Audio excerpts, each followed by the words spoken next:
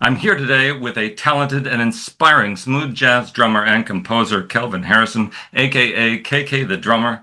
Welcome. Thank you. Thank you for having me. Oh, it's my pleasure, Kelvin. Do you prefer me to call you KK or Kelvin? Whatever you like. Well, I'll have to ask you right off the bat, where did I know the first K would be Kelvin? Where did the second K come from in KK the Drummer? Well, a long story. My great grandmother used to call me because my family called me Kevin, but my real name is Kelvin. So she started saying, "I'm gonna call you KK." So that's how that became. And Oh, then, fantastic. yeah, being a drummer is like it's natural for me. Well, it's sort of, I mean, one of your influences is Cora Dunham or Doom, and she's Cece because of Yeah, her name. She's Cece Doom, and you are KK. So it's sort of right. interesting that we've got drummers that are using the short versions of who they are just to get the name out so that people recognize them because. Although I have to say, listening to your music, people will recognize you regardless of whether you come as Kelvin or if you come as KK, because your music stands out for itself. Quite honestly, you've got a massive number of albums to your name as well. I was going through the list, and to be honest, 2019 I think was your hard-hitting year. You have one, two, three, four, five, six albums that came out in 2019. Look and Arise, KK Nice and Easy, Shafundi Labes, Yeah. Illusion Trap, Epic, Seychelles, and Dance all came out in 2019. How did you manage to pull that off? Well, I had a great producer, Rock Maccabee. She was one of my musicians that was on a band that I had started in Houston, Texas called the Soul Foundation, which we came off the band called Brown and Swerve. So she was actually my co-producer on the album. So we put our minds together, and next thing you know, the magic came, just like what it was with me and Adam Perez. Fantastic. But I mean, all the music is not the same. I mean, you've got nuances in some of this that how you would find that kind of a changed inspiration per album, or did you just produce a plethora of music and just put it together? Like how would you have put that many albums together? Well, it was more like it's more like artists that I play with because I started out in hip hop. Right. My brother was an icon DJ in hip hop in the '70s. So I went from hip hop to playing pop to playing smooth jazz to playing funk. So when I was playing with Naya Kriya, she's out of Italy. She played a lot of pop music. So the Soul Foundation was created by playing more pop music. So the EDM, it all came up to become what it was. So I just wanted to go different varieties before put my stamp on and say I'm gonna stay on smooth jazz. Ah, I see. I see. But I mean, your sound carries across the different genres. When you listen to you, you know it's you, even though it's pop or it's funk. You hear the beat, you hear the rhythm, and you know, oh, that's KK. That's KK in funk. That's KK in, and that's I think an aspiration of a lot of musicians is to have a sound that's recognizable, regardless of what they're playing. You know who it is, and in your case, the different styles of music that you play, it's still you. It's like a Right. voice. It's like having this deep voice that speaks, and people go, "Oh, that's KK." Know it right away. Don't care what music you're listening to, who's singing, what the background sound is. The beat is KK. Period. End of story. Mic drop. Boom. Yes, sir. Yes, sir. I try Um, to make it. I like the style that I am. I've been playing a certain style since 1985, my first recording, and I've been more like playing hi hat more than I play toms. So I like to feel that hi hat and put the rudiments on it from marching DCI or playing with the marching band. So I try to keep those on the hi hat. I want to be different because if you listen to a lot of drummers kind of almost sound just alike. mhm. I want to be different because I have to be me, and I didn't want to do what the teacher says. Play like everybody else. My teacher said, play what you feel. Well, that's kind of a Buddy Rich style of approach, right? because Right. he took Like Buddy. drumming to another level. He's on Everest, and a lot of drummers are sort of sitting down on the plateaus in the Himalayas looking up and going, that's an aspiration. But to play his way means it's not your way, but his way was to play himself. This is me drumming, this is the way I'm going to play. And you've taken Right. that to heart. Play from inside, not play a style and a rhythm that everybody else is listening to. Play it the way you feel it. I have to, because it won't be original. I'm Yeah, well, Harrison. sorry, I was going to say your heart must beat in a different way from a lot of people, because if you're playing from the heart, your heart must be doing triple time. I'm telling you. So give me the history of KK Harrison, how you come from Kingston, you go to the Bronx, but where does music start for you? I know that you started playing drums early on to bug your aunt. I know that part. But but where did music actually start for you? Like, I mean, did you get lullabies when you were a child and you started, listening to it, and then that just stuck with you, and then you hear more music around your neighborhood, and it's like, this is where I got to be. I'm in the beat. I feel the heartbeat of this music, and I got to be a part of it. Tell me the story. Give me the background. Well, I'm gonna go from here. My father is a musician. My father's side is a musician. My uncle was Wilbur Harrison and made the song Kansas City. No. Yes, Wilbur Harrison. My father was also a drummer, and he also went by the name of Geronimo and Apaches. He has a song on Stranger Things called It's Too Late for Tears. Hmm. Sung with his brother, my Uncle Robert. They did Nothing Can Stop You Now, and they would sound with Motown. Yeah. So my brother also, like I was saying, he's an icon DJ. He was also a drummer. My uncle Zeb and them, they're all musicians. And on my mother's side, my brothers, my dad, they're horn players and also more drummers. So my brother, he was DJing in Cedar Park, and he was like, you need to, in the Bronx, he was like, you need to get yourself, on the drums and do what you have to do. So I went to a school called CIS 229. Yep. And a guy named Mark Buford, he was playing drums with a group called the Heartbreakers by Walter Todd. So I wanted to do like him. So I started air drumming because I was good at playing snare drum, but I never played the drum set. So I started playing air drumming, and then I wound up telling his nickname is to the world is DJ Spice, but his name is Eric Gillian. So he said, do you know how to play drums? I lied. I didn't never play a drum set, but I played the snare drum. But I played air drum. So I was doing like this with drumsticks, and then he was like, you know how to play drums? I said, yeah. He said, he looked back at me again. You know how to play drums? I said, yeah. So in the school concert that the Heartbreakers was playing, he asked Walter Todd, can K play drums? So I got on the drums, never played the whole set. And the history became, and then me and Mark was battling on the stage.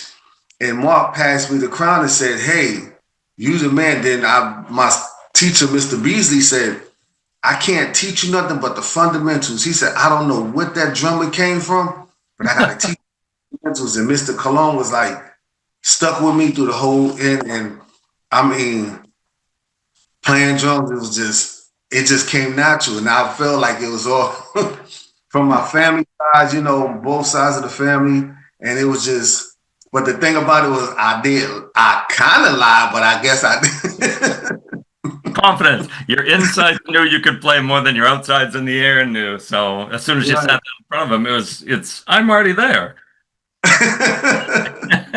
You see people walk down the street, they doing like this with some, act like they playing. I was still, air beating, and I never played the full, well, we was called the trap set back in the days. Right. I never played the full drum set. And I kind of was watching Papa Joe Jones. Yeah. And I was watching him play. He was downtown 46th Street at this place called Drum World. And I saw him playing, and I was like, wow. But that didn't get me to where I wanted to be, because I was feeling like I'm watching Mark Buford. God bless his soul. I was watching Mark Buford, and I was doing what he was doing, but in the air. If he see it. I don't think they So, have. but I know they have he, air guitar competitions, but air drumming competition. I don't think they have air drumming competitions. And then you took it and you applied it to the reality, and the reality was correct. You had it in your head where everything was laid out, so you didn't have to think, how do I hit this one? How do I? You'd already been doing it in the air enough that you just sit down and there it goes. I have to ask you one thing. I read, and I don't understand it. You clocked in at 1,121 single strokes. Where, when, how? What are we talking about here? 1,121 single strokes. What? Like, I mean, is that a session, or did you sit down for a minute and a half and just go? well, my cousin Harold Bay Taylor, he's a snare drum player. He was over the drum line, the New York Classics. Right. He used to make me sit there and play snare drum. So I had to do it the whole time. That's where I got it from. Oh my word, that is huge. How long did it take you to get there? Like, I mean, was that for an hour? Was that for 20 minutes? What was that? It was an hour because I had to play until he stops. Until he tell Okay. me. So when he told me to stop, I was still back there doing the same thing. That's crazy. That's absolutely crazy. You were part of the Lancers Drum and Bugle Corps, so were you playing snare with them?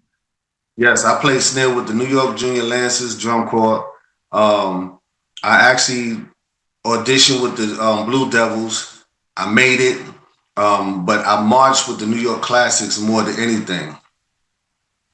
Fantastic. And I see them on a movie like I think they have a documentary of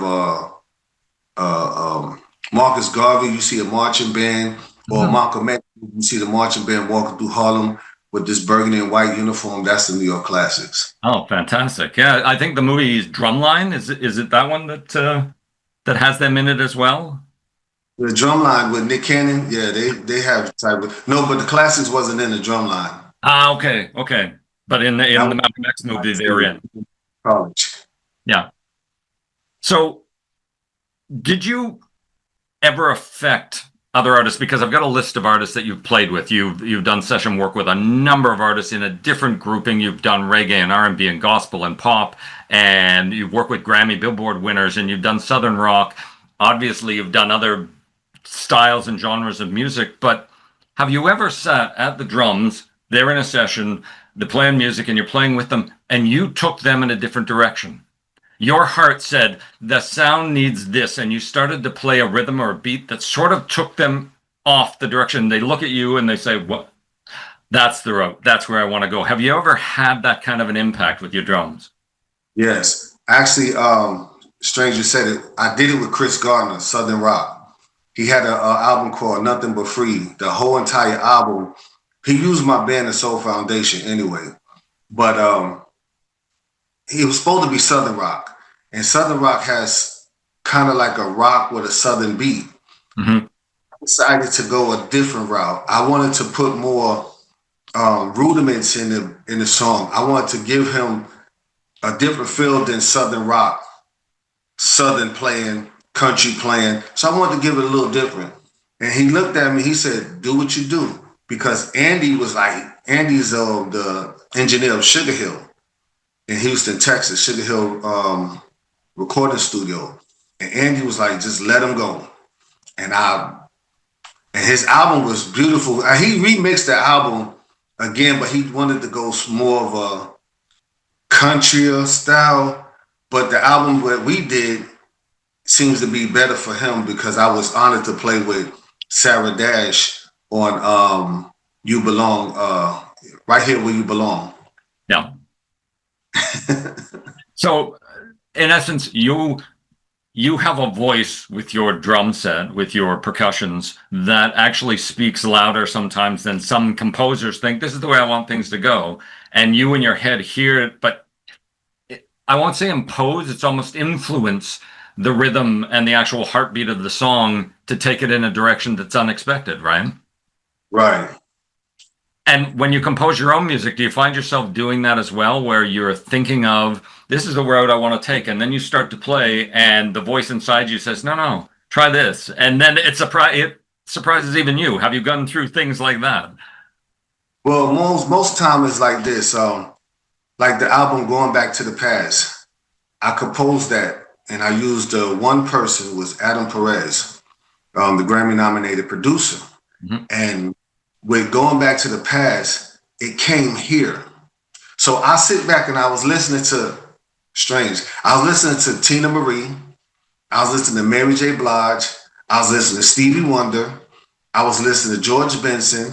Mm-hmm. I was listening to some songs that I heard back in the days, and I felt like when I composed the music, I said, I hear them, but I need to be me. I need to feel what's in me. So when I went in the studio, I went with one thing of mine, but when I got in there, it was like a whole different game because I said, I feel something totally different.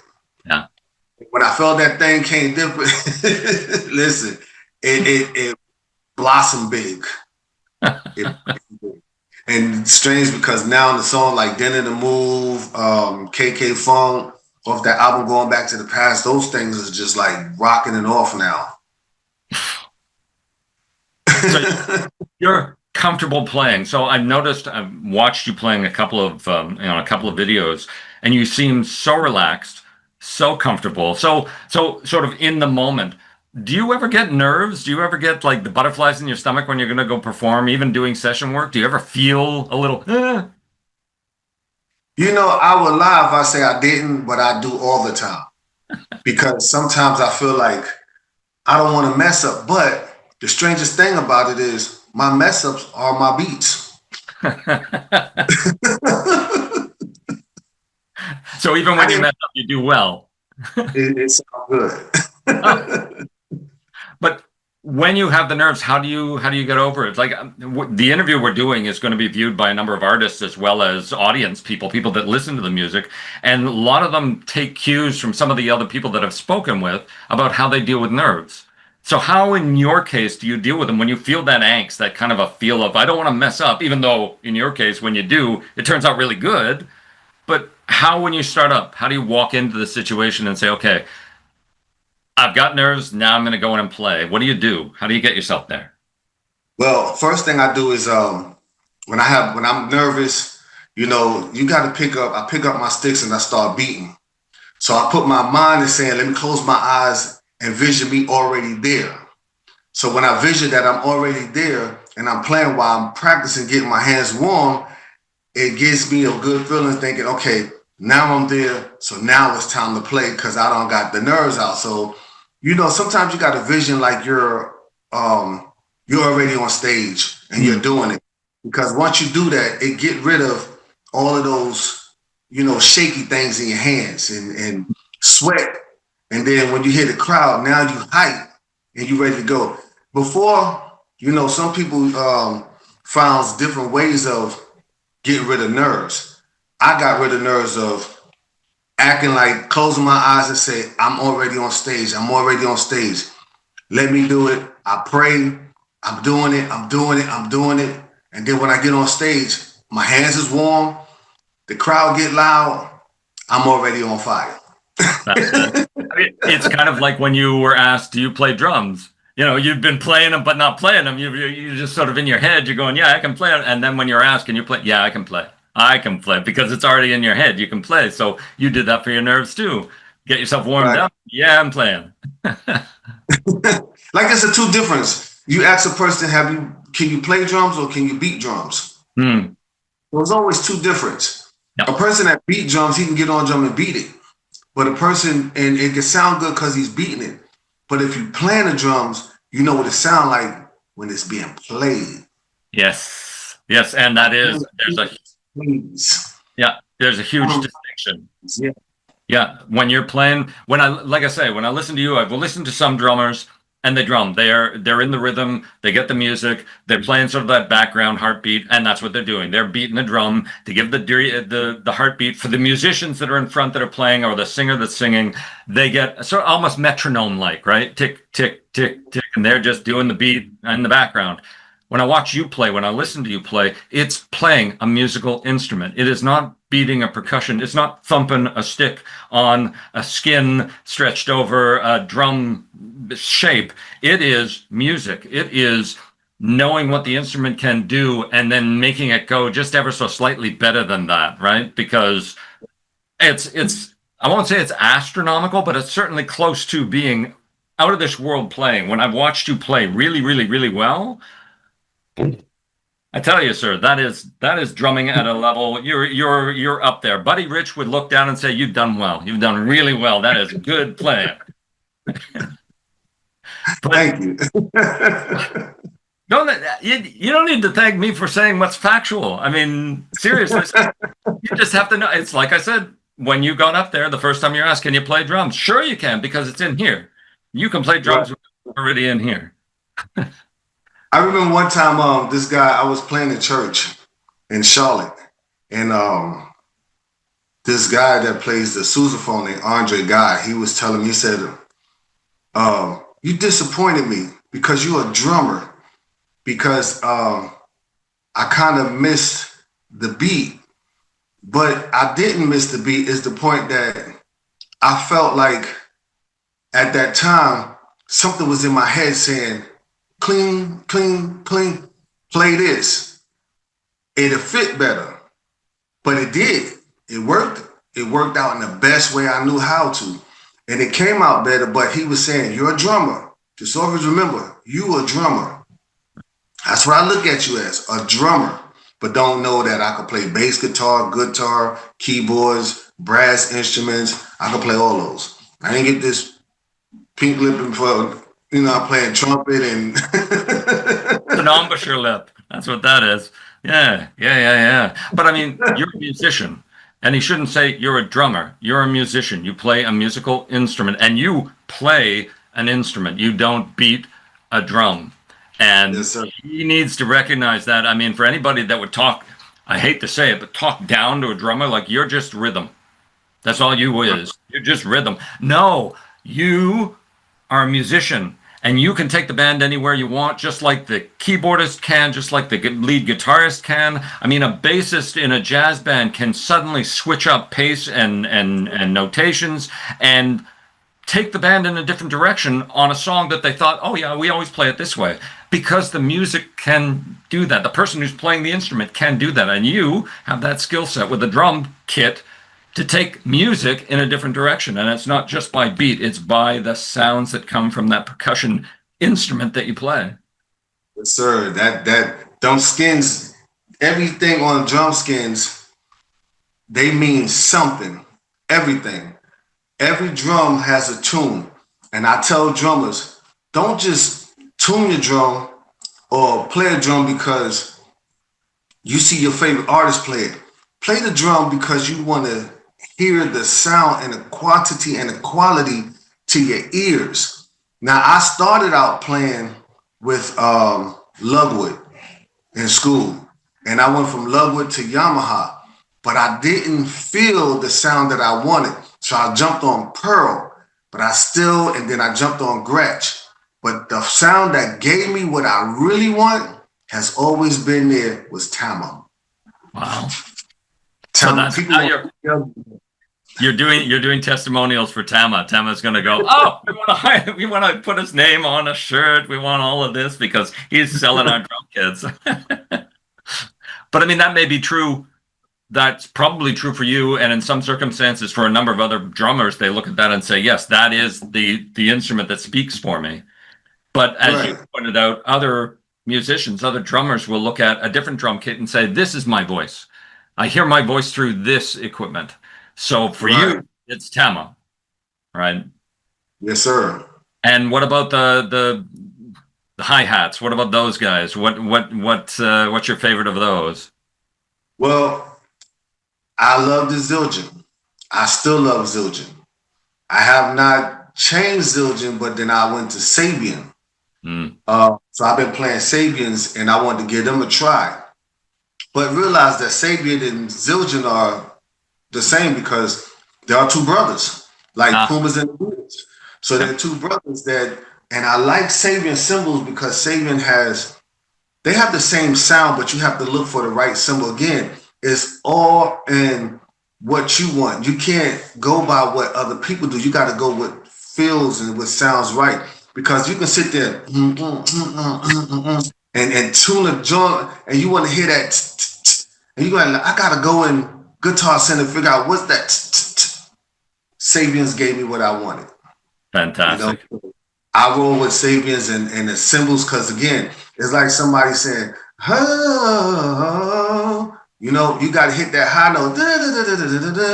That's all in your all kind of cymbals gonna give you the love. I don't play cymbals because everybody else got them. I do it because I gotta feel it here. Whatever feels in this heartbeat. See how you rocking your head? Yeah. Well, I mean, I can feel it coming off of you even when you're not playing because you're emanating that essence of the beat, and I can hear it. Just you do the cymbal imitation with your tongue, and I hear it, and I know what you're doing because, of course, I pull in all the music that I've listened to you playing, and I go, I know where he is. I know what's coming up. I know what's going. If you had drums in front of you, you'd be going off on a session for like a minute and a half, but. I liked how when we started the session, you actually had them half the screen. You had the screen on half on the drums and half on you, and it was like, yeah, that's because it is. That's you. That's half of you. That's your body and soul right there. My baby. Yeah. So I have to ask, what's your favorite song? What is a song that you like playing the most? Because it just it's like a sentence or your catchphrase. It's probably 3 minutes long or longer, but it's the one that you always come back to. Which one is what is? Or do you want to admit that you have a favorite? My personal song or others?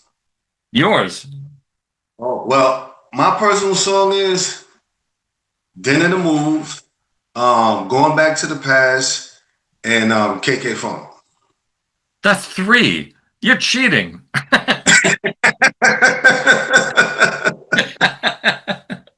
But then the move is always because for somehow with then in the move is bringing you that is bringing you that funk, it's bringing you that R&B, it's bringing you that smooth jazz, but it's also bringing you something that people just for some reason everybody loves that song.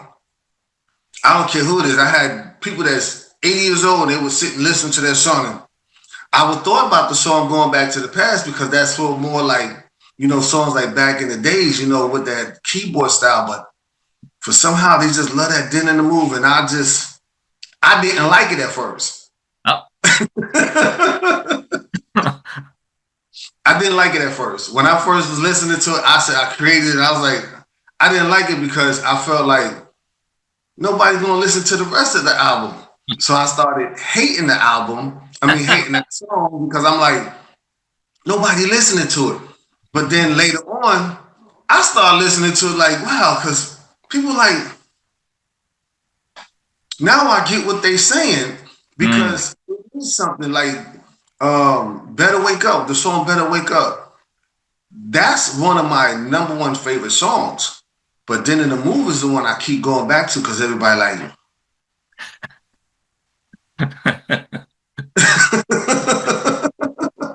So would you say then that either Better Wake Up or Dinner and the Move is the one that plays in your head when you are sort of down, you're kind of looking for an inspiration, you're looking for something, you know, you've had a bad, rough day. Is that the one that plays off in your head and you get yourself back into that bounce rhythm of, yeah, I'm better.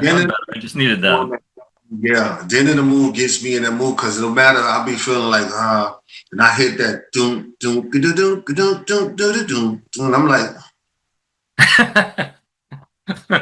okay, let's get to working. You know, being at work, sitting there, people be like, "What you jamming off?" And I let them hear it. But let's play that loud. You know. But I mean, that's the kind of music that you want. I mean, you don't want some somber chamber music that picks you up because it wouldn't. It would sort of put you in a very somber, oh, okay, I'm in that mood. But Dinner and a Move is a song that will pick you up. Doesn't matter what's going on in your day. If you sit down, okay, and you put that on your head, you can't help but suddenly start feeling that kind of, okay, Yeah, I can't Right. not do this. I can't not bounce in my chair, listen to this. Okay, I'm doing good. I'm better. Let's get doing something. Let's move. Let's I'm not having dinner yet. I'm not hungry yet, but I'm gonna move. I'm gonna do some moving now. So, of all your influences, so we'll go into your influences now because you've got a roster of influences that go from way back in the day to current players, people that are still out there playing. And Right. tell me about your influences. Tell me about the people that you feel have sort of given you that inspiration to move forward, to play the way that you play. I mean, the names that I've got in front of me are amazing collection. One of them is sad in the sense that he died early on in his career, that being Aaron Spear. Um, Yes. but so many different kinds and styles of players. I mean, you even have a minister as one of the people that are your inspirations, your influences, which is interesting because you did have some background with gospel playing, and you still do. You still play gospel, do you Yes. not? Yeah. So talk to me about your influences. I want to hear who inspires what in you. I'm gonna break it down. We already talked about Buddy Rich and Papa Joe Jones. Yeah. Those are my top.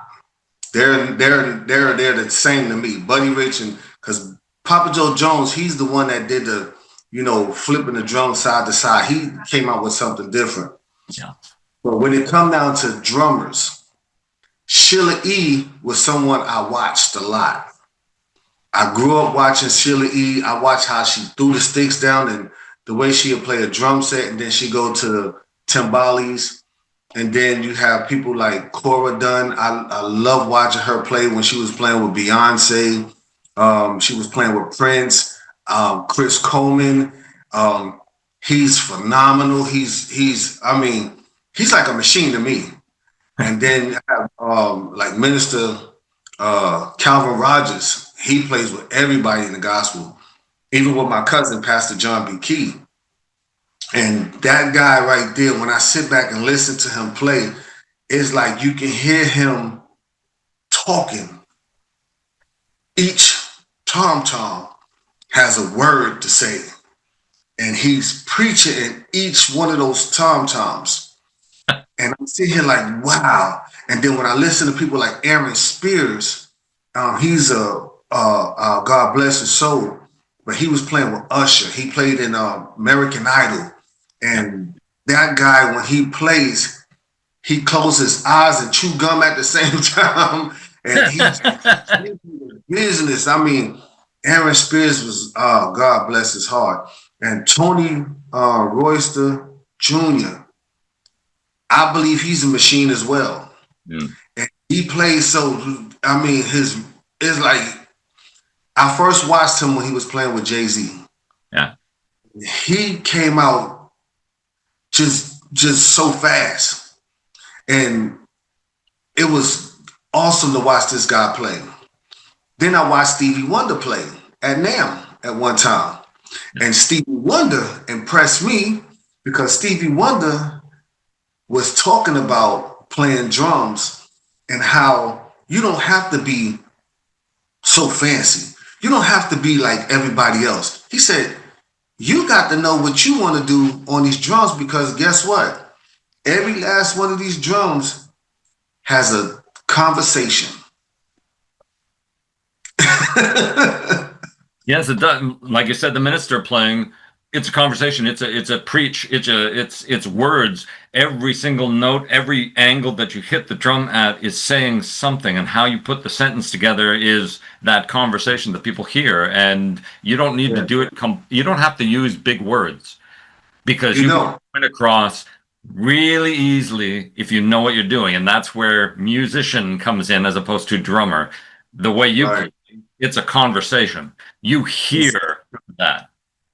Because like growing up watching a guy named Morris Williams and my uncle Willie Harrison, Morris was such a laid back drummer, and his foot was outstanding. And he would play something, and I never saw nobody play a double bass drum in church. Morris played the double bass drum in church, and me to sit back, I became a fan and a fan over a fan and a fan. And my uncle Willie, he had such a hard hit on that bass drum. When you hear him kick that drum, it feels you can be down the street and hit that boom, tap, tap, boom. You know what I'm saying? Or boom, cat, boom, tap. That cut beat. Yeah. I mean, I grew up with drummers. They all inspire me. But I mean, there's styles of play here that you can see reflected in the way that you play. Yes. But you put it together in your own way. Like I would never say, "Oh, I hear Buddy Rich in the way you played this song." No, I hear it's almost as if maybe someone like Tony Royster or Nissan Stewart or Eric Hernandez is standing over your shoulder and saying, "Yeah, man, play that. Play it the way you're playing it. I like that." It's like their influence is more perspective on how you are taking what they've done, and you said, "Yeah, I like the way they've done this. I'm going to do it my way." Yes. I cannot compare you to anybody. What I do is I say, you are at a caliber of that person without being the same as that person at all. Right. And that's much, much better than saying, oh, yeah, you're just like him. Because you're not just like him, except in the fact that you play so well and uniquely to your own style. So, yes.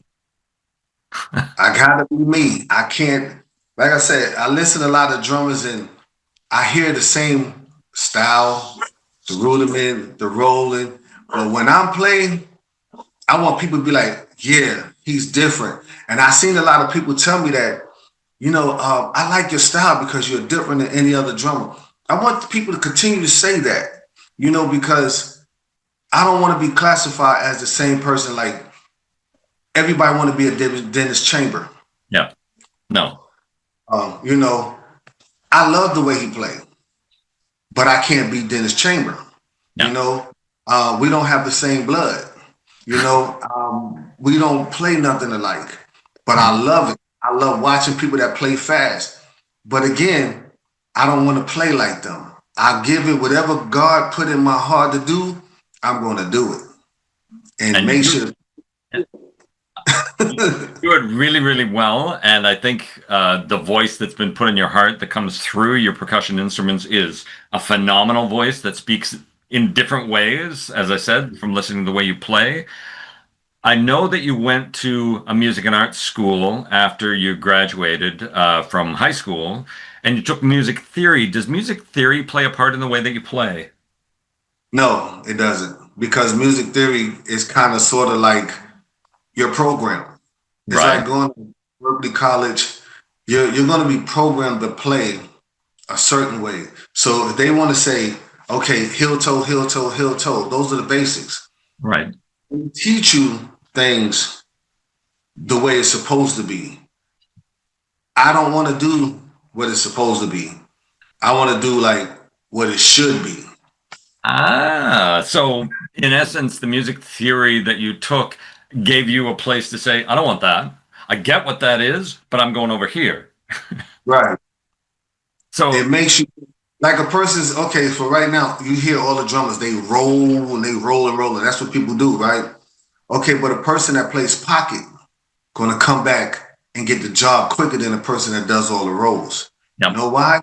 Because he's playing pocket and he's playing basic.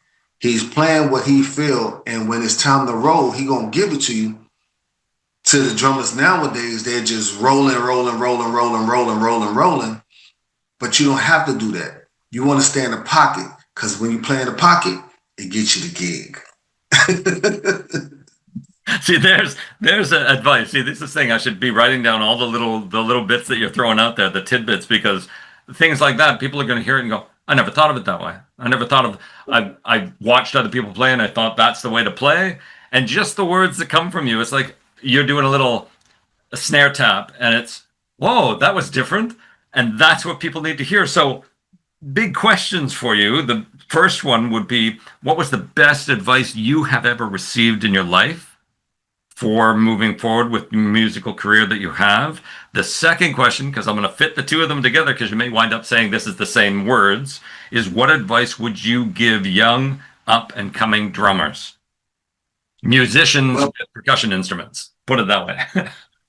The best thing that I got advice was what Stevie Wonder was telling me. He was talking to people in the NAM. And actually, Mr. Colon and Mr. Beasley, you have a heart that beats. You have blood that goes through your body. If your blood stop moving, your heart gonna stop. Then everything will die. If you playing those drums and you allow yourself to push to be something that you're not, you're gonna die because you're not gonna be you. You're gonna always be something else. You're gonna be Aaron Spears. You're gonna be Tony Royster. You're gonna be Dennis Chamber. You're gonna be Papa Joe Jones. You're gonna be all these artists that's out there. But then they're gonna say, "Oh, he's good," but you sound like everybody else. Where is your identity at? And where you start from to be your best drummer that you ever could be? Who are you? Because I hear you, but who are you? Ooh, that sounds good. But if you turn on another video, ooh, that sounds just like him. My best advice to give a person is learn who you are as a drummer, not learn who somebody else is. That's phenomenal piece of information.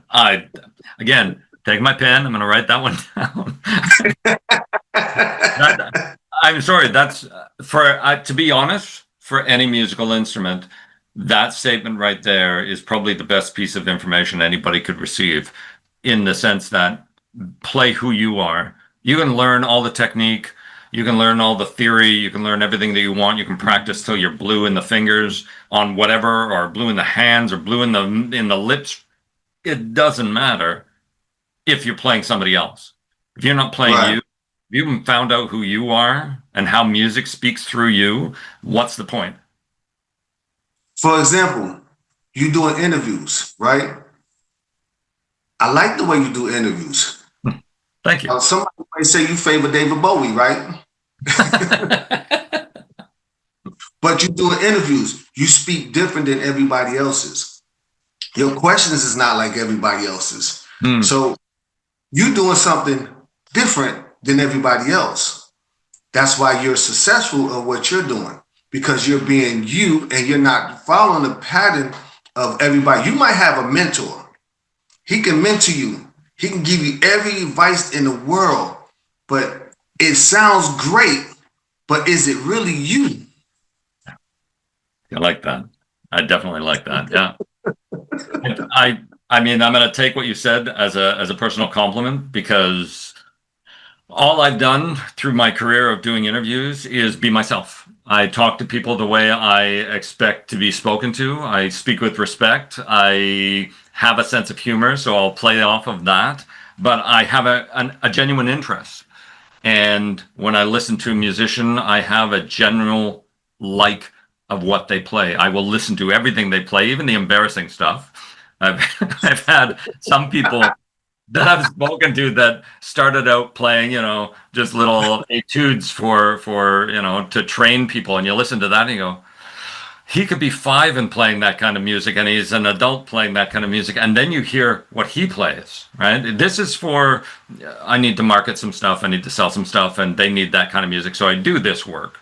But then you hear them play for themselves. It's like listening, they read a speech that somebody else wrote for this, and then all of a sudden they turn around and have a conversation with you, and it's so much better and so much more inclusive and inviting, and like I say, when I listen to you play, it's inviting. It's not listening to somebody play and say, hey, they play really well. It's more, I love how they play. I would love to sit and listen to them play in person, because for me, that's the final connection point. I listen to people play online. I've listened to musicians play, and I love how they play. I feel engaged, but I can't engage because I'm not an audience in front of them. I'm an audience at a distance, and it's not the same thing, because you find, and I know you'll probably agree, when you're playing live and somebody in the audience just catches, you might look up and see them, and you can see they're bouncing. You can see they've got the rhythm. You can see it has hit them in a place that's personal to them, but you see that it's not unique. You've been speaking words and they're hearing those words as you meant them to be heard. It's an immediate connection. It's like a lightning bolt for you and for them as well. They're going, yeah, that's it. That's where I want to be. That's exactly the sound I was looking for. That only happens live. You know, you can listen to music on your headset and you go, yeah, I love the song. But when you hear it live, it just pulls your heart apart. And it's like, transcendence. I'm here. So Yes. I would love to have that experience with you because I'd hear it. You'd look out in the audience and you'd see some goofball in a suit jacket bouncing away on a table and everybody else is looking at what's wrong with this guy. You feel the beat. Yeah. I can hear the conversation. This isn't just a drum set. This is a musical instrument. I'm blown away. Yes. It's a beautiful instrument to play. I'm sorry, I missed that. I missed the last part. Sorry. It's a stress release. Oh, it's got to be more than that. Come on. It's love. It's your girlfriend. It's loving. It's everything. So that's why I say stress release, because it takes away from everything everything. Your mind could be whatever. Get on the drums and start playing. And you come back, you be sweating. Whoo, I feel good. So almost like I have to ask you, because I ask other musicians that have a lifelong love affair with the instrument that they play, but do you have a secret mistress? Do you have another instrument in your collection that occasionally you will go to and say, yeah, I really like to play you on rare occasions. I'll come pull you out and I'll play you. Now, in your case, I mean, it could be just a snare. You pull out and you go, yeah, I just need to tap on a snare for a while. You know, the drum kit is a huge conversation. And today I just want to snap on a snare for a bit. But do you have another instrument that in your head is that other go-to place? That one, you know, the quiet moment, you'll take it in a small room and you just go, yeah, I just need to do this for 10 minutes. Okay, I'm good. Put it away. Put the secret mistress away and come back to the drum kit. Well, I have a couple of them. I like playing the bass guitar. I love playing the acoustic guitar. I like playing the trombone, and I like playing the sousaphone. And I play the trumpet. So I use those instruments. I still play because I love doing it. I grew up in a church that plays a lot of brass instruments. Right. So playing the trombone was one of my things, and playing the sousaphone. So, and if you heard my uncle Zeb, that's on my cousin John P. Key's album, he's playing the trombone. His Strength CD that he did live, you see my family there playing all brass instruments. My Uncle Zeb praise band, they play brass. So when I'm not playing drums and I get on that trombone and I play the trombone, I pick up the sousaphone, I play that, you know, the bass, you know, it's just to keep the music in my head going, because right. The next album is going to be ridiculous. Is that the title of the album? Ridiculous? Nah, it's called Keep the Music on the Rise Live. Oh, fantastic. Will you be playing more than the drums? Yes. Oh, serious? I'm actually going to be doing some singing too. So. Oh, get out of town. Fantastic. My sister going to sing on the song I wrote back in the days called You Can't Change Me. We was auditioning for LL Cool J's Uncle L's record.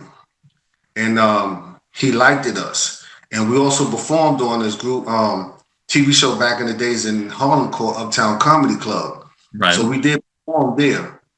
So I'm going to revamp that song, You Can't Change Me, with a little more smooth jazz. And my sister going to sing it like she did before. Oh, fantastic. So, fantastic. So when does that album come out? Say it again. When does that album come out?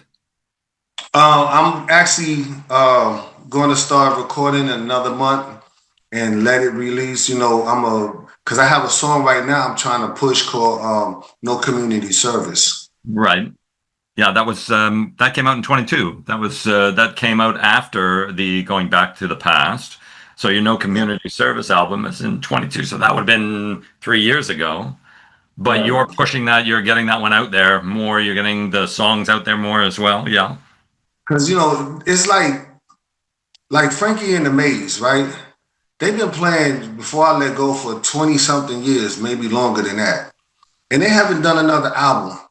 And I remember one time I was sitting at a music conference and the guy was saying, people push their albums too quickly and then they go to another one, go to another one. They haven't even heard the first album you made. Mm-hmm. And if you believe the album is great, why are you rushing to get another album out? And I say probably 100 people probably heard your song or people in your circle, but did the world hear your song? So don't be so quick to push an album and go to another one. Push that one and let it happen. That's why now I'm seeing Going Back to the Past album is becoming more popular now, and people starting to hear it because I was too busy worrying about trying to rush album to albums. So that's you're now pushing the No Community Service. The Going Back to the Past is gaining traction on its own now. It's got some foothold and it's moving forward. And then your new album will come out later. You're going to be working on it because you can't just sit by other than pushing an album. You've got to keep being creative. And that's the reason for the development of the piece. And it's probably information that anybody else who's making albums should hear. Push your album until it has its own traction, but keep working to keep that creative juices flowing. And then put the album, the new pieces together and say, yeah, this one sounds good. I like the sound. I like how it feels. I like everything about it. Now I can start letting this one go slowly while I continue to push the one I had before. And that's what you're doing right now, isn't it? Right. Because when I do my first single, before I let anybody hear it, I promise I'm going to send it to you first. Oh, I am absolutely blown away. Please, please, please. And I'll have my producer put it up. It'll be on the radio. It'll be on the radio all over the planet. So you're gonna be the first, and I'm gonna tell you, you're gonna enjoy this one. It's called "You Can't Change Me," and it's great. It's going to be out of this world because people are going to relate to it. Because now they're going to hear a saxophone with a singer, and it's going to be different than what smooth jazz is. I'm going to turn the smooth jazz up to bring it more R&B jazz. Oh, I like that. I like that. I absolutely like that. And I know for a fact that our audience will love that. Like I said, we have an audience that spans the globe, which is interesting because I didn't realize that. We're all over Europe and in Southeast Asia and Japan. We have collections, pockets of people. And when you hear what they like, it's amazing. So a more R&B jazz, they'll go nuts over there. It may not settle well, in the places where they love the smooth jazz. I like smooth jazz. These places are more into, let's try a little of, let's try a little of. So you may become famous in Japan before you become famous here. You'll have to do some traveling. You'll have to do a road show in Germany and Japan. Yes, I'm working on with a new management company to get me on some more tours, let me get around the world because it's time for me to really start. Because so many people want to hear me and they love the music. And I had this one guy from China telling me, he said, "Oh, I love that song, Going Back to the Past. Can you come here and do it?" I said, "Sure. You give me the information, get with the contract, let's go, So people now are different countries want me to come there. So I'm ready to put the band together and I already have a band, but I'm ready to get them to rehearsal and let's just go ahead and make this happen because I'm ready to get out there, let people hear this music and let them enjoy. Oh, fantastic. If you did do a tour, would you take pieces, what you would consider your favorite pieces out of the different albums that you put together and say, here's what the tour ensemble is going to be? Or do you simply focus on a single album and say, we're only going to play songs from this album? How would you do that when you go on a tour? Oh, I start out with cover songs sometimes, because you got to get the people involved. Then I would play songs that I know that people heard, like there's a song called Breakfast in Bed that I did with the guy that plays saxophone for Zap. And then Chef Boulay, and I would do those songs that was there first before I bring it to the album because people hear it. So I would do a mixture, and then they hear. Then when I get into stuff like, I know "Den in the Mood" will be the last song, Mm. the crowd favorite. No matter where I go, the crowd love "Den in the Mood." Going back to the past song, I will start out with that, but it's a song called "Don't Play with It." Yeah. And a guy named Sean Cloud actually threw that in my head. And that song, "Don't Play with It," that's like if you heard the album and after the intro, that's the song I'm talking about. That song right there gets you. I mean, it's I'm gonna get you where you want to be. Cause I like to perform with two dancers, give it like the old school style of dancing, Yeah. and not in no thongs and all that, dressing like crazy. I want them dressed professional because it's adults. I'm Yep. grown. I'm 57. I can't be playing the game. And people are there to watch you play and listen to the music. They don't need all of the flash and whatever that, other people that don't play so well need to sort of distract the audience. You're going to be the focus of the audience. They probably won't even notice. Oh, you had dancers, really? Because I heard the music. That's all I was here for. Because don't want to give people a boring show. But Yes. I know I never had a boring show. People love it. But I keep dances up because it kind of like get people, they want to see old modern jazz dance. Yeah. When I went to CIS 229, we had a teacher called Denise Robinson, and she was the dance teacher. And she did modern jazz fusion. And I love the way she had those people dancing. So I always kept in my mind, that's what I want. I always want, like Alvin Ailey Dance Hall team. You want that dancing to people, not just like going to BT shows and all that, and you watch that. No, I want them to see modern jazz dancing. Yeah. Bring it back to it was like in the 60s when you had the people out there dancing and with the partner and stuff like that. Yes, I want that to come back. You need to keep that going. That'd be you'd see it in the audience because the audience would watch while they're listening to the music and say, I want to get up and do that. You'd see their legs moving under their chairs as they're trying to dance, keep pace, keep footsteps with the dancers that are dancing, because that's usually what people do when they're watching somebody else dance and the music is really good. They start to go, oh yeah, I can do that move. I can do that move. I like that. I can do that. Hey, honey, why don't we go dancing? Why don't we? Right, let's go dancing, and then you want the people because you want to bring back people to have fun. Yeah. Because in the music right now is no fun. I want the fun that used to be back in the 50s and the 60s when it was really, showing their real dancing skills. It was beautiful. It was beautiful. Well, speaking of fun, I want to introduce the amazing rhythm and beat of KK the drummer with Dinner and a Move. Enjoy.